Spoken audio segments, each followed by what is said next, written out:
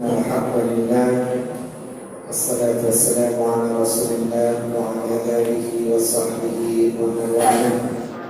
أشهد أن لا إله إلا الله وحده لا شريك له وأشهد أن محمدا عبده ورسوله لا نبي بعده أما بعد.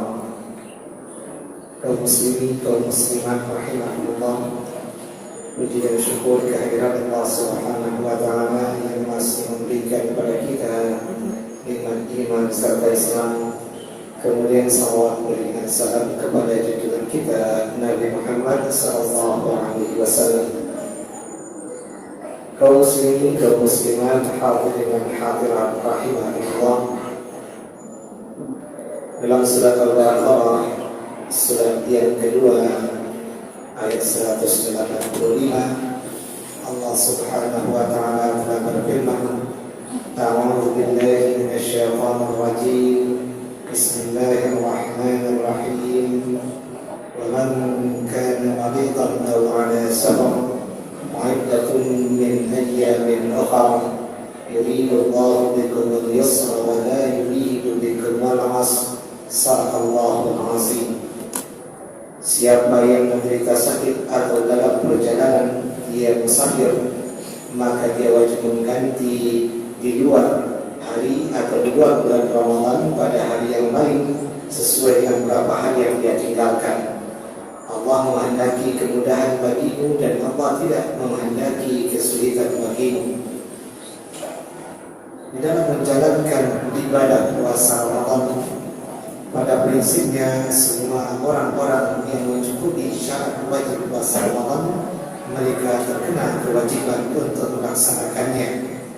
Muslim, kemudian balik, berakal, kemudian dia mungkin tidak musafir, kemudian tidak memiliki penghalang untuk puasa seperti haid dan nifas.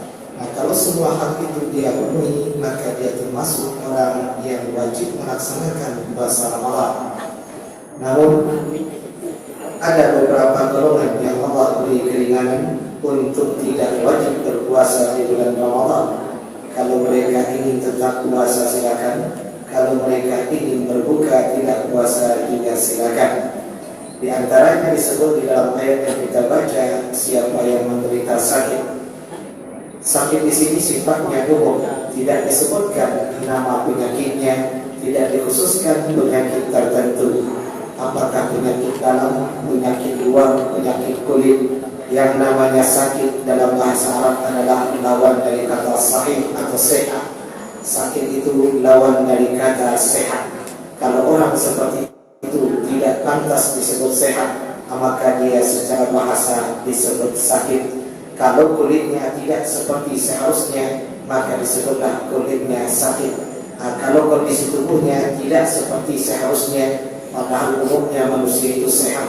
Kalau sehat begini kondisinya, kalau begini tidak sehat namanya, maka itu sakit namanya.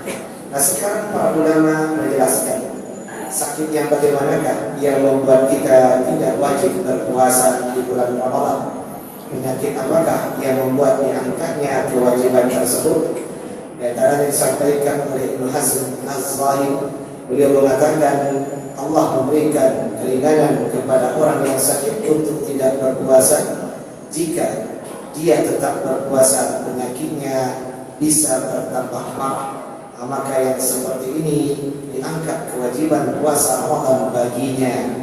Dia wajib nanti mengganti di hari yang lain sesuai dengan berapa hari yang dia batalkan atau dia tidak berpuasa.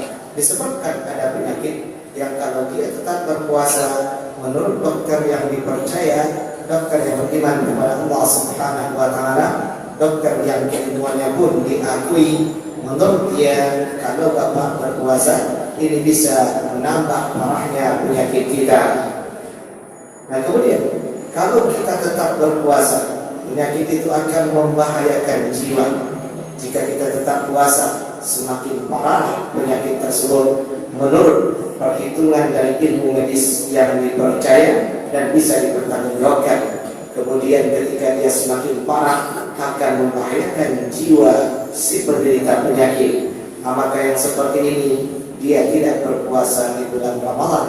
dia disuruh oleh agama untuk menjaga jiwanya, nanti dia wajib mengganti di hari yang lain sesuai dengan beberapa hari yang dia tinggalkan. Nah, kemudian penyakit yang kalau dia tetap berpuasa, maka proses penyembuhan akan semakin lambat, proses penyembuhannya akan semakin lama.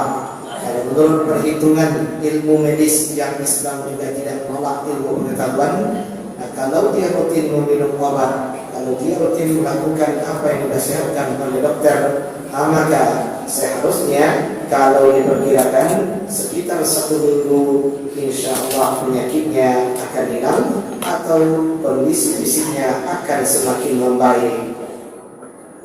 Rupanya dia tidak mau melaksanakan nasihat tersebut. Penyakit tersebut kalau tidak konsumsi obat, maka kemungkinan akan terjadi proses perlambatan di dalam penyembuhan. Kalau seperti ini sifat penyakit bapak dan ibu atau penyakit yang menimpa kita, maka kita termasuk dalam firman Allah, "Wa man kana maridan," siapa yang sakit, iddah, dia wajib dia berpuasa di hari yang lain. Itu yang pertama, kalau hanya dapat keringanan, dia tidak wajib lagi berpuasa. Dia baginya silakan pilih mau berpuasa atau tidak. Bahkan kadang-kadang dia disuruh untuk berpuasa, karena kalau dia tetap berpuasa akan membahayakan jiwanya. Di dalam ayat di dalam kalimat yang berikutnya, dalam ayat yang kita baca, wa ala safar, ya, man kana minkum maridan aw ala safar, atau orang yang dalam perjalanan. Siapa lagi yang diangkat oleh Allah kewajiban puasa baginya? Yang kedua adalah musafir, atau orang yang melakukan perjalanan keluar dia dari tempat dia berdomisili untuk menempuh jarak tertentu. Dan biasanya kata safar dipakai untuk jarak tempuh yang jauh. Dari sekian banyak pendapat yang disampaikan, mayoritas ulama memakai hadis riwayat Imam Al-Baihaqi yang menyebut bahwasanya Abdullah bin Umar, Abdullah bin Abbas radhiyallahu anhum jami'a, mereka berdua yusalliyani rak'ataini wa yuftirani fi arba'ati urud kama fawqaha. Hadis Imam Al-Baihaqi dan hadisnya hasan kata Imam An-Nawawi. Abdullah bin Umar yaitu ipar Nabi, kemudian Abdullah bin Abbas yaitu sepupu Nabi. Kedua sahabat agung tersebut kalau mereka menempuh perjalanan 4 hari, maka mereka mengqasar salat dan mereka berbuka alias tidak berpuasa di bulan Ramadan. 1 hari itu 4 farsak. 1 farsak itu 3 mil. Nah, kalau kita katakan 4 barit itu berapa mil? Nah, maka 4 barit, 1 barit 4 farsak.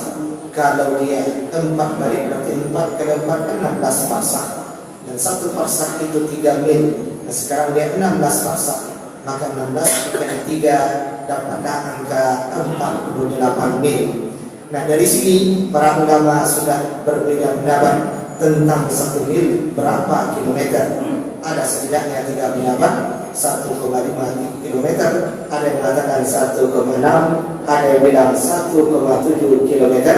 Dipilih oleh mazhab Syafi'iyah 1,7 dikali 48 mil, maka dapat angka 88, sekian kilometer. Mereka genapkan jadi 89. Kalau dalam pendapat Syafi'iyah kurang dari 89, tidak boleh berqasar, tidak boleh berbuka. Kalau jarak tempuhnya lebih dari itu, maka silakan ambil keringanan. Dia dibolehkan tidak berpuasa di bulan Ramadan. Mayoritas menjadikan jarak tempuh sebagai standar. Apakah itu melakukan perjalanan bersama atau sendirian? Apakah perjalanannya susah menurut dia atau tidak susah? Ataukah perjalanannya itu naik mobil umum atau naik mobil pribadi? Apakah dia naik pesawat terbang, naik kapal, kemudian atau naik kendaraan darat, naik onta, naik kuda dan sebagainya, terserah. Kalau jarak tempuhnya sudah 4 hari 16 farsak 48 mil, mayoritas menetapkan dia sudah boleh mendapatkan keringanan, boleh jamak, boleh qasar, boleh menyapu bagian atas sepatu, ganti sebagai membasuh kaki ketika berwudu, boleh tidak berpuasa di bulan Ramadan, wajib menggantinya di hari yang lain. Kemudian perjalanan tersebut dalam rangka sesuatu yang tidak haram. Ada perjalanan itu hukumnya wajib, seperti perjalanan dalam rangka ibadah haji, perjalanan dalam rangka berjihad di jalan Allah, itu safar yang hukumnya wajib. Kemudian ada safar yang hukumnya sunat, lakukan perjalanan dalam rangka tadabbur alam, tafakkur, melihat ciptaan Allah sehingga terasa kekuasaan Allah Subhanahu wa taala sesuai perintah Nabi, tafakkaru fil khalqi wa la tafakkaru fil khaliqi fa innakum la taqdiruna qadra. Kamu pikirkanlah apa yang menciptakan, jangan pikir tentang zat pencipta, sesungguhnya kamu tidak akan sanggup memikirkannya. Nah, maka pikirkanlah ciptaan-ciptaan Allah. Alam semesta yang terpampang di depan kita itu bukti kuat tidak terbantah kalau ada penciptanya. Kita berjalan-jalan rekreasi untuk itu, maka sunat hukumnya melihat saudara keluarga di luar daerah, itu juga termasuk perjalanan yang dianjurkan. Ada safar yang hukumnya mubah, safar dalam bentuk rekreasi, jalan-jalan, refreshing atau sejenisnya, selama tidak tercampur yang haram di dalamnya. Ada perjalanan yang hukumnya makruh, yaitu melakukan perjalanan sendirian. Ada perjalanan yang hukumnya haram, yaitu tujuannya untuk sesuatu yang diharamkan oleh agama. Dia melakukan perjalanan ke Pulau Bali, dalam artian dia niat dia melakukan perjalanan ke sana supaya di Bali dia mau berjemur itu di pantai, auratnya dia nampakkan sama orang, orang pun nampakkan auratnya sama dia.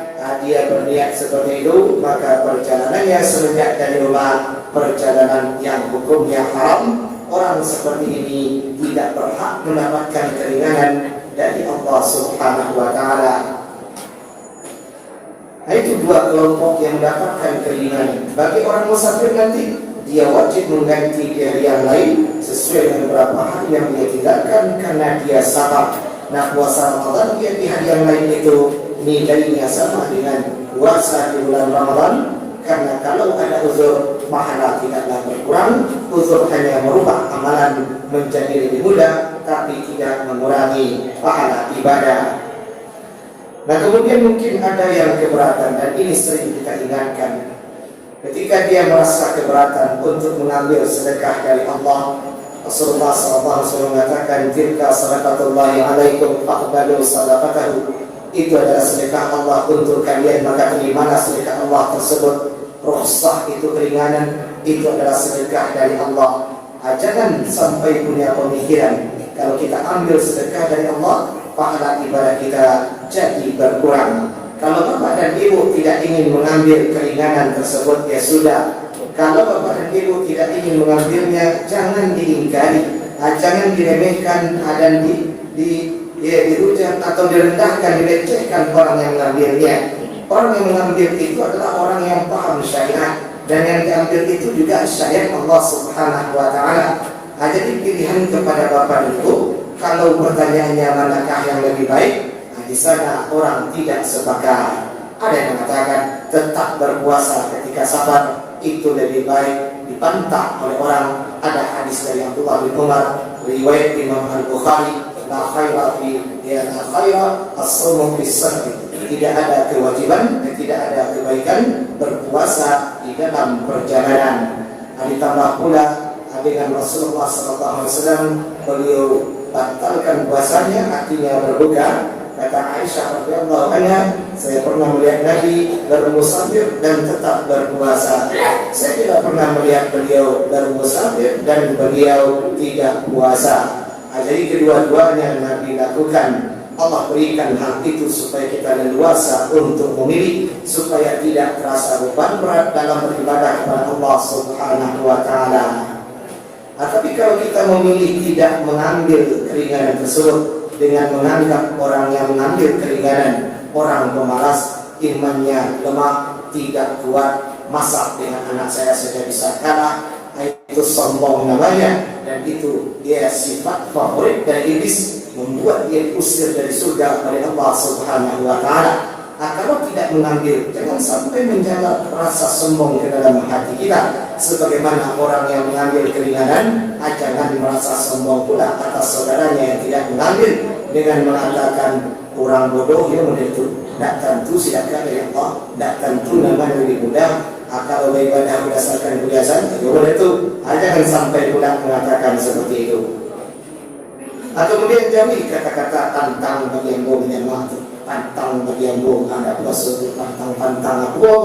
Syariat memuliakannya, mengaruh tantang apa aja ibu, atau lebih tahu apa aja ibu tentang kemampuan manusia. Atau mungkin apa ibu menganggap syariat Allah yang memberikan keringanan ini adalah syariat yang lembek, syariat yang terlampau lunak pada untuk level anak-anak. Itu sempurna sombongnya kalau begitu. Saudara sombong mengingkari syariat pula. Hati-hatilah. Kalau memang tidak paham, ya cukup jalani apa yang kita pahami. Tapi kalau ada yang nampak, yang tidak kita pahami, disuruh oleh agama bertanya, bukan ingin, tapi disuruh bertanya. Atau kemudian terakhir, ada yang mengatakan kami melakukan perjalanan itu tidak, sulit. Perjalanan kami mudah. Nabi sudah mengatakan, Inna safara qit'atun minal azab. Hadis Imam Al-Bukhari. Perjalanan safar itu adalah separuh dari azab. Entah. Safar itu separuh dari azab. Azab dalam artian kesulitan. Azab dalam makna bahasa, bukan azab karena kita berdosa, tidak. Tapi perjalanan itu kata Nabi sudah separuh dari kesulitan. Akibat kita mengatakan tidak sulit bagaimana? Kalau dibandingkan dengan yang lain, tentu ini tidak sulit. Tapi dibandingkan dalam kondisi normal, kita di rumah makan, kita tidur di rumah, dalam perjalanan kita makan di kendaraan, kita istirahat di kendaraan, itu lebih sulit di kendaraan dibanding apa yang ada di rumah kita. Apakah terima apa yang Nabi sampaikan? Terima sedekah dari Allah. Kalau tidak terima, maka ada pertimbangan. Kalau wa'ala puasa ini wajib mengganti di hari lain. Di hari lain itu ditutup di luar Ramadan. Puasa di luar Ramadan kembali. Makanya ambil puasa itu walaupun dalam safar, walaupun mungkin agak terasa berat dari puasa. Kalau tidak sabar, tapi masih sanggup, silakan. Dengan pertimbangan, dia sulit menggantinya di hari yang lain. Kenapa sulit? Karena kalau di bulan Ramadan orang semuanya puasa. Kau mau tak nawak, nak kakak dua bagi kue segala macam dan makanan ringan. Tapi kalau puasa Ramadan, betul di luar Ramadan, mengkabarnya, mau tahu orang hadis sodorkan juga makanan tu. Anak lama nyawa dulu, tambah terasa baik menahan tu. Kalau memang model itu pertimbangnya silakan nak. Mencari orang makan Ustaz, atau bonus sama dari nasi yang tahan boleh dok. Kalau di bulan Ramadan kan ada 2 tahun namanya itu, kan dia tutup sampai jam 3, sudah lah. Berarti dia berpuasa sesuai dengan suasana. Kalau tidak suasana puasa, anda boleh puasa. Aiko cukup sebagai alasan seperti itu silakan. Berarti dia peduli juga dengan ibadah puasanya supaya tetap sempurna. Yang penting kita tahu aturan dan jangan melampaui melanggar aturan. Yang penting kita tahu batasan dan jangan melangkahi batasan tersebut. Itu 2 golongan yang mendapatkan keringanan. Masih ada golongan-golongan yang lain, tapi yang 2 ini kita sengaja sampaikan karena kewajibannya sama, yaitu wajib mengqadha di luar bulan Ramadan. Mudah-mudahan kita bisa melaksanakan ibadah puasa di bulan Ramadan tanpa halangan, tanpa hambatan. Kalau terjadi peristiwa, terjadi kondisi yang tidak kita harapkan, atau terjadi sesuatu yang di luar harapan, maka kita sudah tahu apa yang mesti kita lakukan, sikap yang akan kita pakai, kita sudah paham. Kalau seperti ini kondisinya, kita sudah dapat keinginan mau ambil atau tidak, silahkan pertimbangkan. Kalau ada pertimbangan untuk tetap mengambil puasa, maka puasa. Kalau ada keringanan, kita ambil keringanan, karena kita merasa di luar Ramadan tetap lapang untuk mengqadha. Mudah-mudahan kita bisa mendapatkan apa yang disebut di dalam ayat "La'allakum tattaqun", puasa membuat kita menjadi orang yang bertakwa. Astagfirullahaladzim. Wassalamualaikum warahmatullahi wabarakatuh.